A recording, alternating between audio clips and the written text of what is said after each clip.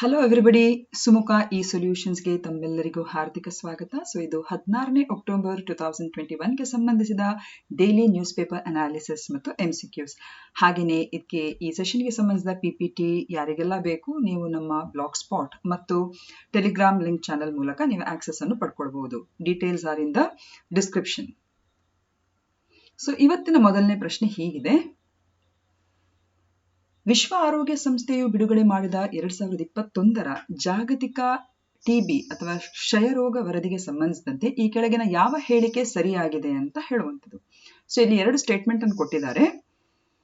2019ಕ್ಕೆ ಹೋಲಿಸಿದ್ರೆ 2020ರಲ್ಲಿ ಕಡಿಮೆ ಜನರು TB ಇಂದ ಸಾವನ್ನಪ್ಪಿದ್ದಾರೆ ಅಂತ ಹೇಳಿಬಿಟ್ಟು, ಅಂಡ್ 2019ಕ್ಕೆ ಹೋಲಿಸಿದರೆ 2020ರಲ್ಲಿ ಅಗತ್ಯವಾದ TB ಸೇವೆಗಳ ಮೇಲಿನ ಖರ್ಚು ಹೆಚ್ಚಾಗಿದೆ ಅಂತ ಹೇಳ್ತಾ ಇದ್ದಾರೆ. ಈ ನಮ್ಮ WHO 2021 ಗ್ಲೋಬಲ್ TB ರಿಪೋರ್ಟ್ಗೆ ಸಂಬಂಧಿಸಿದಾಗೆ ಯಾವ ಸ್ಟೇಟ್ಮೆಂಟ್ ಕರೆಕ್ಟ್ ಆಗಿದೆ? ಇಲ್ಲಿ ಕರೆಕ್ಟ್ ಉತ್ತರ ಯಾವುದು ಅಂತ ಹೇಳಿದ್ರೆ ಆಪ್ಷನ್ ಡಿ.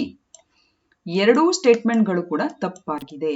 ಯಾಕೆ ತಪ್ಪು ಅಂತ ಹೇಳಿದ್ರೆ, ಈ ನಮ್ಮ ವಿಶ್ವ TB ಜಾಗತಿಕವಾದಂತಹ TB ವರದಿ ಏನು ವಿಶ್ವ ಆರೋಗ್ಯ ಸಂಸ್ಥೆ ಬಿಡುಗಡೆ ಮಾಡಿದೆ, ಅದರ ಸ್ಟೇಟ್ಮೆಂಟ್ ಅಲ್ಲಿ ಏನಿದೆ ಅಂತ ಹೇಳಿದ್ರೆ, ಆ ವರದಿಯಲ್ಲಿ 2019ಕ್ಕೆ ಹೋಲಿಸಿದರೆ 2020ರಲ್ಲಿ ಹೆಚ್ಚು ಜನರು TB ಇಂದ ಸಾವನ್ನಪ್ಪಿದ್ದಾರೆ. ಹಾಗಾಗಿ ಈ ಸ್ಟೇಟ್ಮೆಂಟ್ ರಾಂಗ್ ಆಗ್ತದೆ. ಅದಲ್ಲದೆ 2019ಕ್ಕೆ ಹೋಲಿಸಿದರೆ 2020ರಲ್ಲಿ ಅಗತ್ಯವಾದ TB ಸೇವೆಗಳ ಮೇಲಿನ ಖರ್ಚು ಕಡಿಮೆಯಾಗಿದೆ. ಓಕೆ, ಎರಡೂ ಸ್ಟೇಟ್ಮೆಂಟ್ ಹಾಗಾಗಿ ತಪ್ಪಾಗಿದೆ. Option D is a right answer. ಇದರ ವಿಸ್ತೃತವಾದಂತಹ ವರದಿಯ ಕೆಲವು ಡೀಟೇಲ್ಸ್ ಅನ್ನು ನಾವು ನೋಡ್ಕೊಂಡ್ಬಿಡುವ. 2021 ಗ್ಲೋಬಲ್ TB ರಿಪೋರ್ಟ್ ಎಂಬುದನ್ನು ವಿಶ್ವ ಆರೋಗ್ಯ ಸಂಸ್ಥೆಯು ಅದು ಬಿಡುಗಡೆ ಮಾಡಿದೆ. 2020ರ ಪ್ರಕಾರ 2019ಕ್ಕೆ ಹೋಲಿಸಿದರೆ ಹೆಚ್ಚಿನ ಜನರು ಈ ಒಂದು ಕ್ಷಯ ರೋಗದಿಂದ ಸಾವನ್ನಪ್ಪಿದ್ದಾರೆ. ಹಾಗೂ ಈ ವರದಿಯ ಪ್ರಕಾರ 2020ರಲ್ಲಿ ಅಗತ್ಯ TB ಸೇವೆಗಳ ಒಟ್ಟಾರೆ ಖರ್ಚು ಏನಿದೆ ನೋಡಿ, ಅದು 2019ಕ್ಕೆ ಹೋಲಿಸಿದರೆ ಅದು ಬಹಳಷ್ಟು ಕಡಿಮೆಯಾಗಿದೆ. ಅಂದ್ರೆ ಇದು ಮಾನವ ಸಂಪನ್ಮೂಲ ಸೇವೆಗಳಿರ್ಬೋದು, ಹಣಕಾಸಿನ ಒಂದು ಲಭ್ಯತೆ ಇರ್ಬೋದು, ಮತ್ತು ಇತರ ಎಲ್ಲ ಸಂಪನ್ಮೂಲಗಳ ಬಳಕೆ TBಯನ್ನು ಟ್ಯಾಕಲ್ ಮಾಡುವುದಕ್ಕೆ ಅದು ಕಡಿಮೆ ರಿಸೋರ್ಸಸ್ ಆಗಿದೆ. ಇದಕ್ಕೆ ಕಾರಣ ಎಲ್ಲರಿಗೆ ಗೊತ್ತಿದೆ. ಯಾಕಂದ್ರೆ ಹೆಚ್ಚಿನ ದೇಶಗಳು ಕೂಡ COVID-19 ಅನ್ನು ಈ ಒಂದು ಪ್ಯಾಂಡಮಿಕ್ ಅನ್ನು ಹತೋಟಿಗೆ ತರಲಿಕ್ಕೆ ಹೆಚ್ಚಿನ ಹಣಕಾಸನ್ನು ವ್ಯಯ ಮಾಡಿದೆ. ಹಾಗಾಗಿ ದಟ್ ಈಸ್ ಅಂಡರ್ಸ್ಟುಡ್. ಹಾಗಾಗಿ ಕಂಪೇರ್ ಟು 2019 ಒಟ್ಟಾರೆಯಾಗಿ ಅಗತ್ಯ TB ಸೇವೆಗಳ ಒಟ್ಟಾರೆ ಖರ್ಚು 2019ಕ್ಕೆ ಹೋಲಿಸಿದ್ರೆ ಅದು ಕುಸಿದಿದೆ. I hope you got the statements here right. ಇಲ್ಲಿ ಕಡಿಮೆ ಜನರು ಅಲ್ಲ, ಹೆಚ್ಚಿನ ಜನರು TB ಇಂದ ಸಾವನ್ನಪ್ಪಿದ್ದಾರೆ. ಹಾಗೂ 2019ಗೆ ಹೋಲಿಸಿದ್ರೆ 2020ಯಲ್ಲಿ ಅಗತ್ಯವಾದ TB ಸೇವೆಗಳ ಮೇಲಿನ ಖರ್ಚು ಕಡಿಮೆಯಾಗಿದೆ. ಅದಕ್ಕೆ ಕಾರಣ ಏನ್ ಹೇಳಿ, ಹೆಚ್ಚಿನ ದೇಶಗಳು COVID-19 ಒಂದು ರೀತಿಯ ಪ್ಯಾಂಡಮಿಕ್ ಅನ್ನು ಹತೋಟಿಗೆ ತರಲಿಕ್ಕೆ ಈ ಒಂದು ಖರ್ಚು ವೆಚ್ಚಗಳು ಅಲ್ಲಿ ಕಾನ್ಸಂಟ್ರೇಟ್ ಮಾಡಬೇಕಾಗುವಂತ ಸಂದರ್ಭ ಬಂತು. ಅದಲ್ಲದೆ ಈ ಒಂದು ಜಾಗತಿಕ TB ವರದಿ 2021ರ ಪ್ರಕಾರ ಹೆಚ್ಚಿನ TB ಸಂಭಾವ್ಯತೆಗಳು ಅಥವಾ TB ಸೋಂಕು ದೇಶಗಳು ಅಂತ ಹೇಳುವಾಗ 8 ಪ್ರಮುಖ ದೇಶಗಳನ್ನು ಇಲ್ಲಿ ಗುರುತಿಸಿಕೊಂಡಿದೆ. ಅದರಲ್ಲಿ ಭಾರತ ನಂಬರ್ 1, 2ನೇ ಸ್ಥಾನದಲ್ಲಿ ಪಾಕಿಸ್ತಾನ, 3ನೇ Indonesia, China, Bangladesh, Philippines, Nigeria ಮತ್ತು ಸೌತ್ ಆಫ್ರಿಕಾ. ಈ ದೇಶಗಳಲ್ಲಿ ಅತ್ಯಧಿಕ ಸಂಖ್ಯೆಯಲ್ಲಿ ಈ ಒಂದು TB ಕೇಸಸ್ಗಳನ್ನು ಇಂದಿಗೂ ಕೂಡ ಕಾಣಬಹುದು ಅಂತ ಹೇಳಿ ನಮ್ಮ ಈ ಒಂದು ಜಾಗತಿಕ TB ವರದಿ 2021ರ ವರದಿ ಅದು ಇಂಡಿಕೇಟ್ ಮಾಡುತ್ತೆ. TB ಬಗ್ಗೆ ನಿಮ್ಗೆಲ್ಲ ಗೊತ್ತಿರುವ ಹಾಗೆ ಇದೊಂದು ಬ್ಯಾಕ್ಟೀರಿಯಲ್ ಸೋಂಕು, ಬ್ಯಾಕ್ಟೀರಿಯಾದ ಮೂಲಕ ಹರಡುವಂತಹ ಒಂದು ರೋಗ. ಮೈಕೋಬ್ಯಾಕ್ಟೀರಿಯಂ ಅಂತ ಹೇಳುವಂತ ಈ ಬ್ಯಾಸಿಲಸ್ ಮೈಕೋಬ್ಯಾಕ್ಟೀರಿಯಂ ಅಂತ ಹೇಳುವಂತ ಈ ಬ್ಯಾಕ್ಟೀರಿಯಾ ಈ TB ಸೋಂಕಿಗೆ ಅದು ಕಾರಣವಾಗುವಂಥದ್ದು.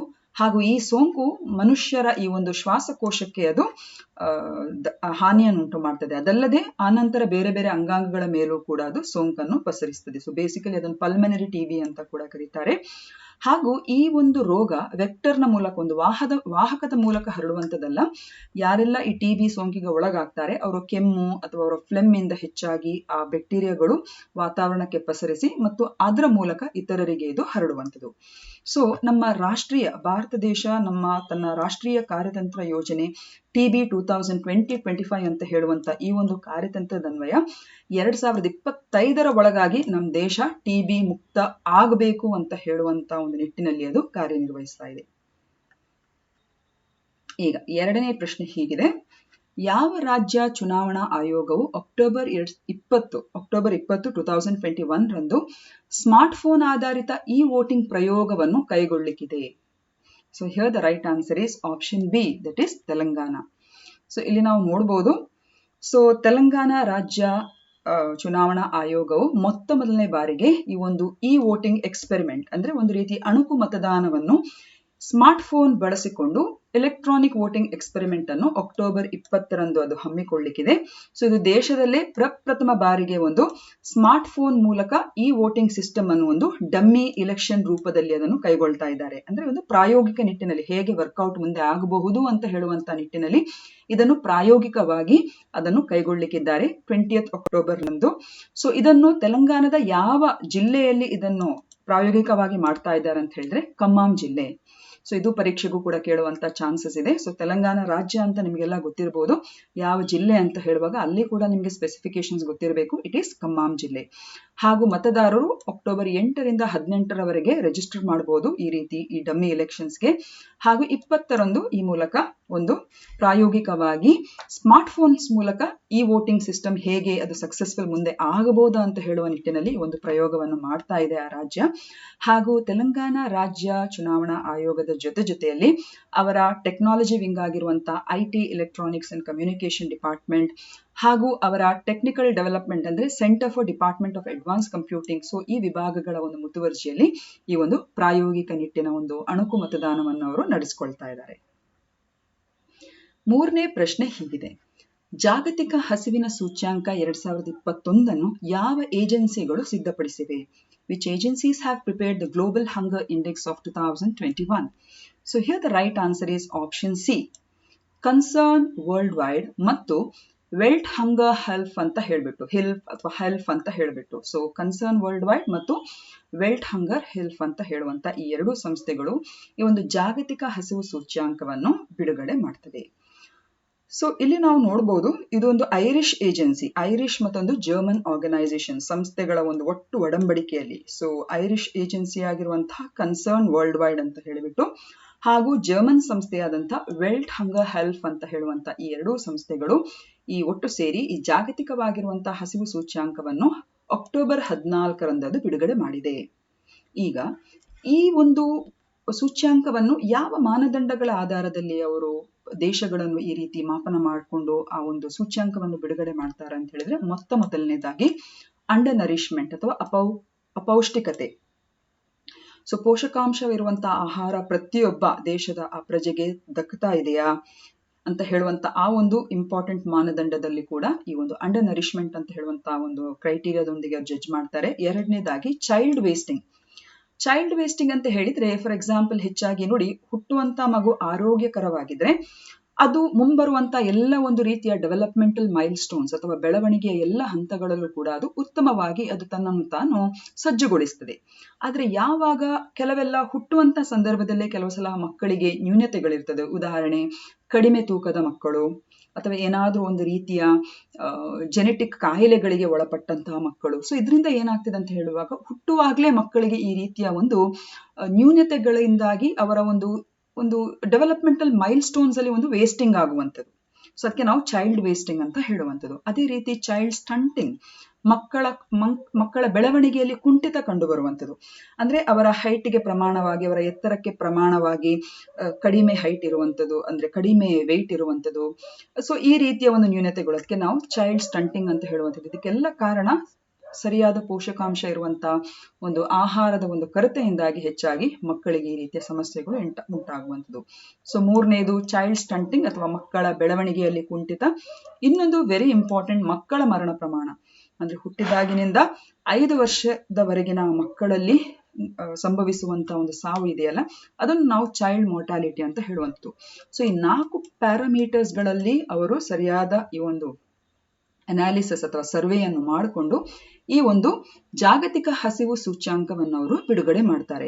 ಆದ್ರೆ ಭಾರಿ ಬೇಸರ ಏನು ಅಂತ ಹೇಳಿದ್ರೆ, ನಮ್ಮ ದೇಶದ ಈ ಒಂದು ಸೂಚ್ಯಾಂಕ ಇದೆಯಲ್ಲ, ಅದು ತುಂಬಾ ಒಳ್ಳೆ ಸ್ಕೋರ್ ಅಲ್ಲಿ ಇಲ್ಲ.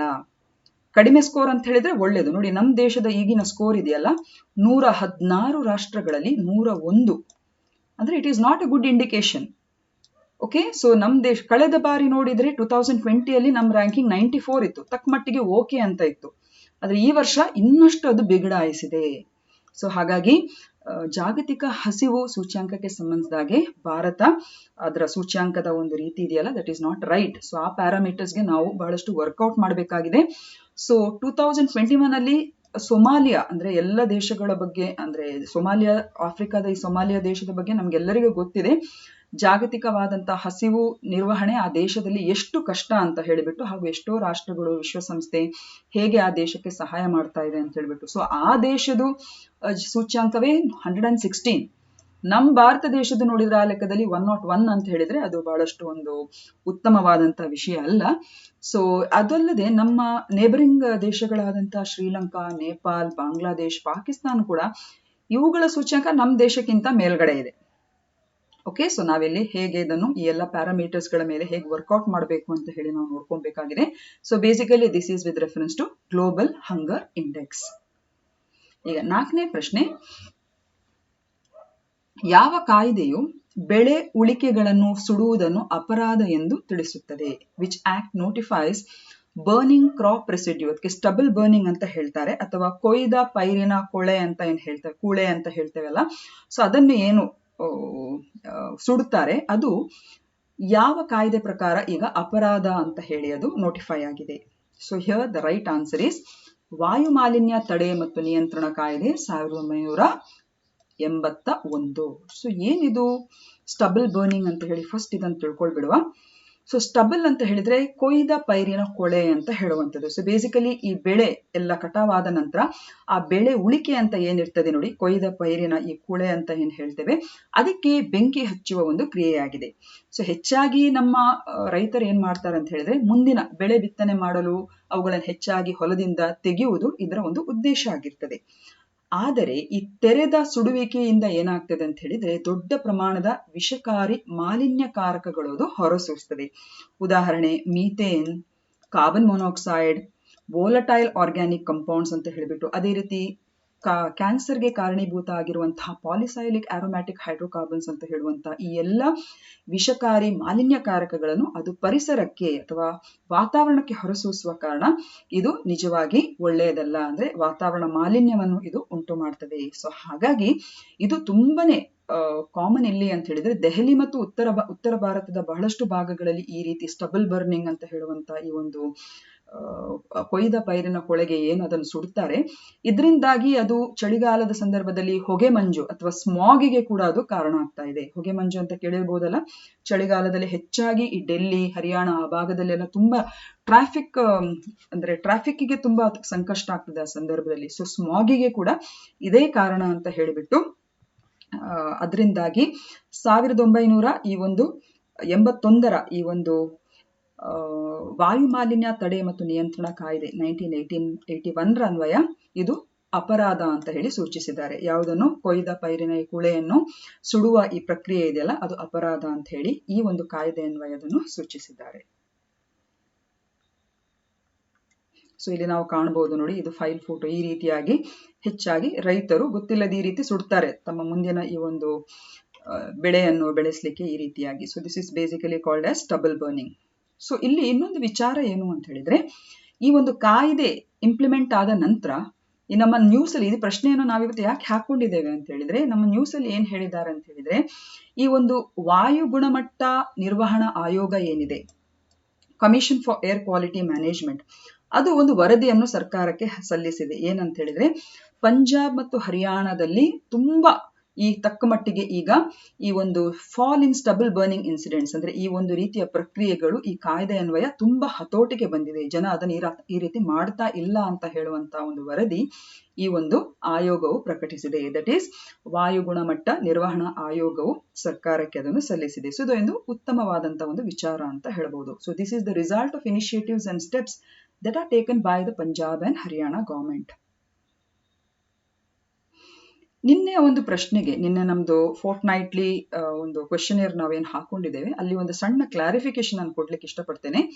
ಜೋಜಿಲಾ ಸುರಂಗ ಅಂತ ಹೇಳುವಂಥದ್ದು 14.15 ಕಿಲೋಮೀಟರ್ ಸುರಂಗವು ಏಷ್ಯಾದ ಅತಿ ಉದ್ದದ ದ್ವಿದಿಕ್ಕಿನ ಸುರಂಗವಾಗಿದೆ. ಆದ್ರೆ ಅದು ಲೇಹ್ ಮತ್ತು ಲೇ ಅಂದ್ರೆ ಅದು ಲಡಾಖ್ನಲ್ಲೇ ಇರುವಂತದ್ದು. ಸೊ ಲೇ ಮತ್ತು ಶ್ರೀನಗರ ನಗರಗಳ ನಡುವಿನ ಎಲ್ಲಾ ಹವಾಮಾನ ಸಂಪರ್ಕಕ್ಕೆ ಅದು ಅನುಮತಿಸ್ತದೆ. ಸೊ ಅದು ಲಡಾಖ್ ಮತ್ತು ಶ್ರೀನಗರ ಅಂತ ನಮ್ದಿದೆ, ಅದು ತಪ್ಪಂತಲ್ಲ. ಬಟ್ ಸಿಟೀಸ್ ಅಂತ ಹೇಳುವಾಗ, ನಗರಗಳು ಅಂತ ಹೇಳುವಾಗ ಅಲ್ಲಿ ತುಂಬಾ ಸೂಟ್ ಆಗುವಂತ ಒಂದು ಆಪ್ಷನ್ ಯಾವುದು ಅಂತ ಹೇಳಿದ್ರೆ ಇಟ್ ಇಸ್ ಲೇ ಮತ್ತು Srinagar. So this is for your kind information. ಈಗ 5ನೇ ಪ್ರಶ್ನೆ. ಅಕ್ಟೋಬರ್ 18, 2021 ನಡೆಯಲಿರುವ ವಿಶ್ವ ಧರ್ಮಗಳ ಸಂಸತ್ತಿನಲ್ಲಿ ಪ್ರದರ್ಶನ ನೀಡಲಿರುವಂತಹ ಭಾರತದ ಮೊದಲ ಮಹಿಳೆ ಯಾರು? So here the right answer is option C, Deepti Navaratna ಅಂತ ಹೇಳುವವರು. ಸೊ ಏನಿದು? ಸೊ ನಿಮಗೆಲ್ಲ ಗೊತ್ತಿರಬಹುದು, ಬೆಂಗಳೂರು ಮೂಲದ ಈ ನಮ್ಮ ಕರ್ನಾಟಕ ಶಾಸ್ತ್ರೀಯ ಸಂಗೀತ ಕಲಾವಿದೆ ಆಗಿರುವಂತಹ ದೀಪ್ತಿ ನವರತ್ನ ಇವರು ಅಕ್ಟೋಬರ್ 18ರಿಂದ 21 ನಡೆಯಲಿರುವಂತಹ ಚಿಕಾಗೋದಲ್ಲಿ ನಡೆಯಲಿರುವಂತಹ ಈ ನಮ್ಮ ವಿಶ್ವಧರ್ಮ ಸಂಸತ್ತಿನಲ್ಲಿ ಅವರು ಪ್ರದರ್ಶನವನ್ನು ನೀಡಲಿಕ್ಕಿದ್ದಾರೆ. Okay, she is going to give classical performance, presentation. So ಆ ನಿಟ್ಟಿನಲ್ಲಿ ನಿಮ್ಗೆಲ್ಲ ಗೊತ್ತಿರಬಹುದು, ವಿಶ್ವಧರ್ಮ ಸಮ್ಮೇಳನ ಅಂತ ಹೇಳಿದ್ರೆ ನಾವೆಲ್ಲರೂ ಇತಿಹಾಸದಲ್ಲಿ ಓದಿದ್ದೇವೆ. 1893 ಪ್ರಥಮ ವಿಶ್ವಧರ್ಮ ಸಮ್ಮೇಳನದಲ್ಲಿ ಅದು ಸ್ವಾಮಿ ವಿವೇಕಾನಂದರವರು, ನಮ್ಮ ಸ್ವಾಮಿ ವಿವೇಕಾನಂದರವರು ದೂರದ ಈ ಚಿಕಾಗೋಕ್ಕೆ ಪ್ರಯಾಣ ಬೆಳೆಸಿ ಸನಾತನ ಧರ್ಮದ ಬಗ್ಗೆ ಈ ಒಂದು ವಿಶ್ವಧರ್ಮ ಸಮ್ಮೇಳನದಲ್ಲಿ ಅವರು ಭಾಷಣವನ್ನು ನೀಡಿದ್ದು ಹಾಗೂ ಇಡೀ ವಿಶ್ವವಿಖ್ಯಾತಕ್ಕೆ ಆ ಒಂದು ಸ್ಪೀಚ್ ಅವರದು ಕಾರಣ ಆದದ್ದು ನಮ್ಗೆಲ್ಲ ಗೊತ್ತಿದೆ. ಸೊ ಅಂತಹ ಅದೇ ಈ ಒಂದು ವಿಶ್ವಧರ್ಮ ಸಮ್ಮೇಳನದಲ್ಲಿ ಈಗ ನಮ್ಮ ಭಾರತದ ಮೊದಲ ಮಹಿಳೆಯವರು ತಮ್ಮ ಒಂದು ಕರ್ನಾಟಕ ಗಾಯನದ ಮೂಲಕ ಅವರು ಪ್ರೆಸೆಂಟೇಷನ್ ಅನ್ನು ನೀಡಲಿಕ್ಕಿದ್ದಾರೆ, ದೀಪ್ತಿ ನವರತ್ನ ಅಂತ ಹೇಳುವವರು. ಸೊ ಬೇಸಿಕಲಿ ಇವರ ಬಗ್ಗೆ ಹೇಳುವುದಿದ್ರೆ, ದೀಪ್ತಿ ನವರತ್ನ ಅಂತ ಹೇಳುವವರು ಅವರೊಬ್ರು ನರವಿಜ್ಞಾನಿ ಅಥವಾ ನ್ಯೂರೋ ಸೈಂಟಿಸ್ಟ್. ಹಾರ್ವರ್ಡ್ ಮೆಡಿಕಲ್ ಕಾಲೇಜಲ್ಲಿ ಅವರು ಪ್ರಾಧ್ಯಾಪಕಿಯಾಗಿ ಕೆಲಸ ಮಾಡ್ತಾ ಇದ್ದಾರೆ. ಆದ್ರೆ ಸಂಗೀತದ ಮೇಲಿನ ಒಲವಿನೊಂದಿಗೆ ಅವರಿಗೆ ಈಗ ಪ್ರಸಕ್ತವಾಗಿ ಆ ಹುದ್ದೆಯನ್ನು ಅವರು ತ್ಯಜಿಸಿ ಈಗ Indira Gandhi national centre for arts, Indira Gandhi ರಾಷ್ಟ್ರೀಯ ಕಲಾ ಕೇಂದ್ರ, ನವದೆಹಲಿಯಲ್ಲಿರುವಂತಹ ಈ ಒಂದು ಕಲಾ ಕೇಂದ್ರದ ಪ್ರಾದೇಶಿಕ ನಿರ್ದೇಶಕರಾಗಿ ಅವರು ಕಾರ್ಯನಿರ್ವಹಿಸ್ತಾ ಇದ್ದಾರೆ. ಸೊ ಅಂತವರು ಇವಾಗ ಈ ಸಂಗೀತದ ಮೇಲಿನ ಒಂದು ಒಲವಿನ ಒಂದು ಇದರಲ್ಲಿ ಅವರೀಗ ಭಾರತದ ಪ್ರಥಮ ಮಹಿಳೆಯಾಗಿ ಆ ಒಂದು ವಿಶ್ವಧರ್ಮ ಸಮ್ಮೇಳನದಲ್ಲಿ ಒಂದು ಶಾಸ್ತ್ರೀಯ ಒಂದು ಪ್ರೆಸೆಂಟೇಷನ್, ಸಂಗೀತ ಪ್ರೆಸೆಂಟೇಷನ್ ಅನ್ನು ಅವರು ನೀಡಲಿಕ್ಕಿದ್ದಾರೆ. 6ನೇ ಪ್ರಶ್ನೆ. 7 ಹೊಸ ರಕ್ಷಣಾ ಕಂಪನಿಗಳನ್ನು ರಚಿಸಲು ಕೇಂದ್ರ ಸರ್ಕಾರವು ಯಾವ ಮಂಡಳಿಯನ್ನು ವಿಸರ್ಜಿಸಿದೆ? So here the right answer is option D, ಶಸ್ತ್ರಾಸ್ತ್ರ ಕಾರ್ಖಾನೆ ಮಂಡಳಿ, OFP, that is ordnance factory board ಅಂತ ಹೇಳುವಂಥದ್ದು. So this is the right answer. So 15ನೇ ಅಕ್ಟೋಬರ್ 2021 200 ವರ್ಷಗಳಷ್ಟು ಹಳೆಯದಾದಂತಹ ನಮ್ಮ ಈ ಒಂದು ಆರ್ಡಿನೆನ್ಸ್ ಶಸ್ತ್ರಾಸ್ತ್ರ ಕಾರ್ಖಾನೆ ಮಂಡಳಿ ಇದನ್ನು ವಿಸರ್ಜಿಸಿ 7 ಹೊಸ ಸರ್ಕಾರಿ ನಿರ್ವಹಣೆಯ ರಕ್ಷಣಾ ಕಂಪನಿಗಳನ್ನು ರಚಿಸಲಾಗಿದೆ.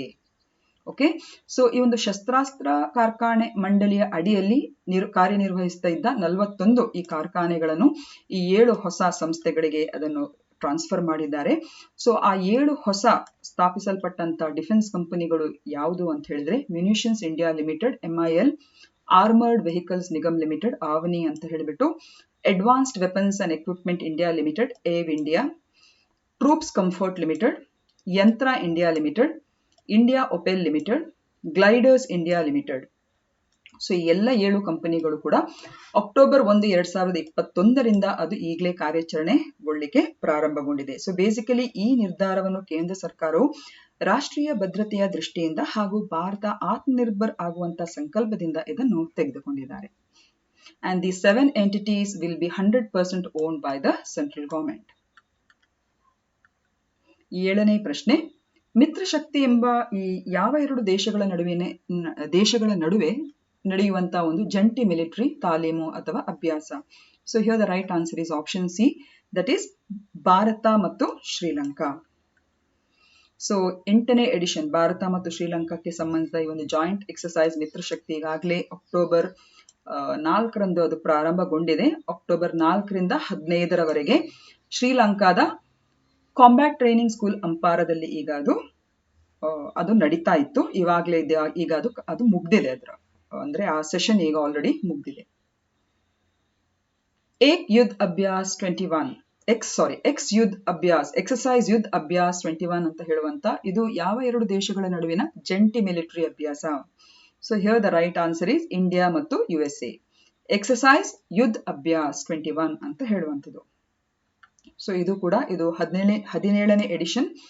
ಭಾರತ ಮತ್ತು USA ನಡುವೆ ನಡೆಯುವಂತ ಒಂದು ಜಂಟಿ ಮಿಲಿಟರಿ ತಾಲೀಮು ಎಕ್ಸಸೈಸ್ ಯುದ್ಧ ಅಭ್ಯಾಸ್ ಅಂತ ಹೇಳುವಂಥದ್ದು. ಇದು ಆಲ್ರೆಡಿ ಈಗ joint base Elmendorf Richardson ಅಲಾಸ್ಕಾದಲ್ಲಿ ಈಗಾಗಲೇ ಅದು October 15ರಿಂದ ಪ್ರಾರಂಭಗೊಂಡಿದೆ.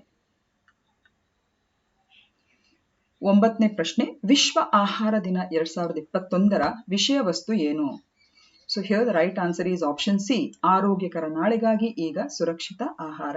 So safe food now for a healthy tomorrow. So ವಿಶ್ವ ಆಹಾರ ದಿನ ಯಾವತ್ತು ನಾವು ಆಚರಿಸುವಂಥದ್ದು? ಅದು 16th of October. ಪ್ರತಿ ವರ್ಷ 16ನೇ ಅಕ್ಟೋಬರ್ ನಾವು ವಿಶ್ವ ಆಹಾರ ದಿನ ಅಂತ ಹೇಳಿ ಆಚರಿಸ್ತೇವೆ. ಸೊ ಆ ದಿನ ಯಾಕೆ ಆಚರಿಸ್ತೇವೆ ಅಂತ ಹೇಳಿದ್ರೆ, ವಿಶ್ವಸಂಸ್ಥೆಯ ಅಂಗಸಂಸ್ಥೆಯಾದ ಆಹಾರ ಮತ್ತು ಕೃಷಿ ಸಂಸ್ಥೆ, ಫುಡ್ ಅಂಡ್ ಅಗ್ರಿಕಲ್ಚರಲ್ ಆರ್ಗನೈಸೇಷನ್ ಅಂತ ಹೇಳುವಂತ ಈ ಒಂದು ಸಂಸ್ಥೆ ಏನಿದೆ, ವಿಶ್ವಸಂಸ್ಥೆಯ ಅಂಗಸಂಸ್ಥೆ, ಅದು 16ನೇ ಅಕ್ಟೋಬರ್ 1945ರಲ್ಲಿ ಸ್ಥಾಪನೆಗೊಂಡಿತು. ಸೊ ಹಾಗಾಗಿ ಸ್ಥಾಪನೆಗೊಂಡಂತ ಆ ದಿನದ ಪ್ರಯುಕ್ತ ಈ ದಿನವನ್ನು ಅಂದ್ರೆ 16ನೇ ಅಕ್ಟೋಬರ್ ಅನ್ನು ನಾವು ವಿಶ್ವ ಆಹಾರ ದಿನ ಅಂತ ಹೇಳಿ ಆಚರಿಸುವಂಥದ್ದು. ಸೊ ಈ ವರ್ಷದ ಒಂದು ವಸ್ತು ವಿಷಯ ಅಥವಾ ಥೀಮ್ ಏನು ಅಂತ ಹೇಳಿದ್ರೆ, ಪ್ರತಿ ವರ್ಷ ಒಂದೊಂದು ಹೊಸ ವಿಷಯವನ್ನು ಇಟ್ಟುಕೊಂಡು ಅಂದ್ರೆ ಜನರಲ್ಲಿ ಒಂದು ಜಾಗೃತಿ ಮೂಡಿಸ್ಲಿಕ್ಕೆ ಇಂತಹ ಒಂದು ವಸ್ತು ವಿಷಯವನ್ನು ಇಟ್ಟುಕೊಂಡು ಈ ಅಂತಾರಾಷ್ಟ್ರೀಯ ದಿನಗಳನ್ನೆಲ್ಲ ಆಚರಿಸುವಂತಹ ಒಂದು ಪರಿ ನಮ್ಮಲ್ಲಿ ಬೆಳೆದಿದೆ. ಸೊ ಈ ವರ್ಷದ ವರ್ಲ್ಡ್ ಫುಡ್ ಡೇ ಥೀಮ್ ಏನು ಅಂತ ಹೇಳಿದ್ರೆ, safe food now for a healthy tomorrow, ಅಂದ್ರೆ ಆರೋಗ್ಯಕರ ನಾಳೆಗಾಗಿ ಸುರಕ್ಷಿತ ಆಹಾರ ಅಂತ ಹೇಳುವಂತ ಒಂದು ವಿಷಯದಲ್ಲಿ ಅದನ್ನು ಆ ಒಂದು ಥೀಮ್ ಅನ್ನು ಅವರು ಇಂಟ್ರೊಡ್ಯೂಸ್ ಮಾಡಿದ್ದಾರೆ. 10ನೇ ಪ್ರಶ್ನೆ, ಅಂಡಮಾನ್ ಮತ್ತು ನಿಕೋಬಾರ್ ದ್ವೀಪದಲ್ಲಿರುವಂತಹ ರಾಸ್ ದ್ವೀಪವನ್ನು ಪ್ರಸ್ತುತ ಯಾವ ಹೆಸರಿನಿಂದ ಕರೆಯುತ್ತಾರೆ? So Ross Island in Andaman and Nicobar Islands is currently known as. So here the right answer is option 3 or option C, Subhash Chandra Bose ದ್ವೀಪ ಅಂತ ಹೇಳಿಬಿಟ್ಟು. ಸೊ ಈ ಪ್ರಶ್ನೆ ಯಾಕೆ ಇವತ್ತು ಬಂತು? ಇದಕ್ಕೆ ಕಾರಣ ಇದೆ. ಸೊ ನಮ್ಮ union minister of home affairs Amit Shah ಅವರು ಅಲ್ಲಿ ಅಂದ್ರೆ ಈ ಒಂದು ಸುಭಾಷ್ ಚಂದ್ರ ಬೋಸ್ ದ್ವೀಪ ಏನಿದೆ ಅಂಡಮಾನ್ ಅಂಡ್ ನಿಕೋಬಾರ್ ದ್ವೀಪ ಸಮೂಹಗಳಲ್ಲಿ, ಅಲ್ಲಿ ಹಲವಾರು ಒಂದು ಮೂಲಭೂತ ಸೌಕರ್ಯಗಳು ಮತ್ತು ಅಭಿವೃದ್ಧಾತ್ಮಕ ಪ್ರಾಜೆಕ್ಟ್ಗಳಿಗೆ ಸಂಬಂಧಿಸಿದಾಗಿ ಅವರು ಶಂಕುಸ್ಥಾಪನೆಯನ್ನು ಹಾಕಿದ್ದಾರೆ. ಯಾವಾಗ? 16ನೇ ಅಕ್ಟೋಬರ್ 2021. ಇದು ಪ್ರೆಸ್ ಇನ್ಫಾರ್ಮೇಶನ್ ಬ್ಯೂರೋ ಅವರ ರಿಲೀಸ್ ನ ಪ್ರಕಟಣೆ ಅನ್ವಯ. ಸೊ ಹಾಗಾಗಿ ಈ ಪ್ರಶ್ನೆಯನ್ನು ನಾವು ಹಾಕೊಳ್ಳಿಕ್ಕೆ ಅಲ್ಲಿ ಬೇಕಾಯಿತು. So Netaji Subhash Chandra Bose island was formerly called as Ross Island. So ಜಾಗ್ರಫಿಗೆ ಸಂಬಂಧಿಸಿದ ಪ್ರಶ್ನೆಗಳು ಬರುವಾಗ ದಯವಿಟ್ಟು, ಸೊ ನಿಮಗೆ ನಾಳೆ ಇದೊಂದು ಹೋಮ್ ವರ್ಕ್, ರಾಸ್ ಐಲ್ಯಾಂಡ್ ಎಲ್ಲಿದೆ ಅಂತ ಹೇಳಿ ನೀವು ಫೈಂಡ್ ಔಟ್ ಮಾಡಬೇಕು ಅಟ್ಲಾಸ್ ಅಥವಾ ಮ್ಯಾಪ್ ಅನ್ನು ಹಿಡ್ಕೊಂಡು. ಓಕೆ, ಈಗ 11ನೇ ಪ್ರಶ್ನೆ, ಹುನಾರ್ ಹಾಟ್ ಇದು ಯಾವುದಕ್ಕೆ ಸಂಬಂಧಿಸಿದೆ? ಇದರ ಬಗ್ಗೆ ನಾವು ಹಿಂದೆ ಕೂಡ ಒಂದು ಪ್ರಶ್ನೆಯಲ್ಲಿ ನಾವು ಚರ್ಚೆ ಮಾಡಿದ್ದೇವೆ. ಸೊ ಅದನ್ನು ನೋಡ್ಕೊಂಡವರಿಗೆ ಖಂಡಿತ ಇಲ್ಲಿ ಐಡೆಂಟಿಫೈ ಮಾಡ್ಲಿಕ್ಕೆ ನಿಮಗೆ ತುಂಬಾನೇ ಈಸಿ ಆಗ್ತದೆ. So here the right answer is option A. ಇದು ಅಲ್ಪಸಂಖ್ಯಾತ ಸಮುದಾಯದ ಕುಶಲಕರ್ಮಿಗಳಿಂದ ತಯಾರಿಸಿದ ಸಾಂಪ್ರದಾಯಿಕ ಉತ್ಪನ್ನಗಳು ಮತ್ತು ಕರಕುಶಲ ವಸ್ತುಗಳ ಒಂದು ಪ್ರದರ್ಶನವಾಗಿದೆ. It is an exhibition of traditional products and handicrafts made from the minority community artisans. So ಈ ವರ್ಷದ ಈ ಒಂದು ಹುನಾರ್ ಹಾಟ್ ಅಂದ್ರೆ ಬೇಸಿಕಲಿ ಅದೊಂದು ವಸ್ತು ಪ್ರದರ್ಶನ ಹಾಗೂ ಅಲ್ಪಸಂಖ್ಯಾತರ ಒಂದು ಕರಕುಶಲ ಒಂದು ಸ್ಕಿಲ್ ಅಥವಾ ಕೌಶಲ್ಯಗಳನ್ನು ಅಭಿವೃದ್ಧಿಪಡಿಸಲಿಕ್ಕೆ ಇದೊಂದು ವೇದಿಕೆಯಾಗಿ ಅವರು ಸಿದ್ಧಪಡಿಸಿದ್ದಾರೆ. ಹಾಗೆ ಅಲ್ಪಸಂಖ್ಯಾತ ಇಲಾಖೆ ಅಡಿಯಲ್ಲಿ ಇದು ಉಸ್ತಾದ್ ಸ್ಕೀಮ್ ನ ಮೂಲಕ ಇದು ಅದನ್ನು ಪ್ರಾಯೋಜಿಸುತ್ತಾರೆ. ಹಾಗೂ ಪ್ರತಿ ವರ್ಷ ಒಂದೊಂದು ಸ್ಥಳವನ್ನು ಅವರು ಆಯ್ಕೆ ಮಾಡಿಕೊಂಡು ಈ ಒಂದು ಹುನಾರ್ ಹಾಟ್ ನ ಒಂದು ಪ್ರದರ್ಶನವನ್ನು ರಾಷ್ಟ್ರೀಯ ಮಟ್ಟ ಅಂತಾರಾಷ್ಟ್ರೀಯ ಮಟ್ಟದಲ್ಲಿ ಇದಕ್ಕೆ ಒಂದು ಪ್ರಚಾರವನ್ನು ಕೊಡ್ತಾರೆ. ಸೊ ಈ ವರ್ಷ ಉತ್ತರ ಪ್ರದೇಶದ ರಾಂಪುರದಲ್ಲಿ ಈ ಹುನಾರ್ ಹಾಟ್ ಅನ್ನು ಆಯೋಜಿಸ್ತಾ ಇದ್ದಾರೆ. 16ನೇ ಅಕ್ಟೋಬರ್ ಇಂದ 25ನೇ ಅಕ್ಟೋಬರ್ ವರೆಗೆ ಅದು ನಡೀಲಿಕ್ಕಿದೆ. ಓಕೆ, ಸೊ ಇಲ್ಲಿ ನಾವು ನೋಡಬಹುದು detailed explanation of Hunar Haat 10ನೇ ಅಕ್ಟೋಬರ್ನ ನಮ್ಮ ಈ ಒಂದು ನ್ಯೂಸ್ ಸಂಚಿಕೆ ಏನಿದೆ ಅದಕ್ಕೆ ಸಂಬಂಧಿಸಿದ ಒಂದು MCQs ಗಳ ಒಂದು ವಿಡಿಯೋವನ್ನು ನೀವು ನೋಡಿ ಡಿಸ್ಕ್ರಿಪ್ಷನ್ ಅಲ್ಲಿ ಅದರ ಲಿಂಕ್ ಹಾಕೊಳ್ತೇವೆ.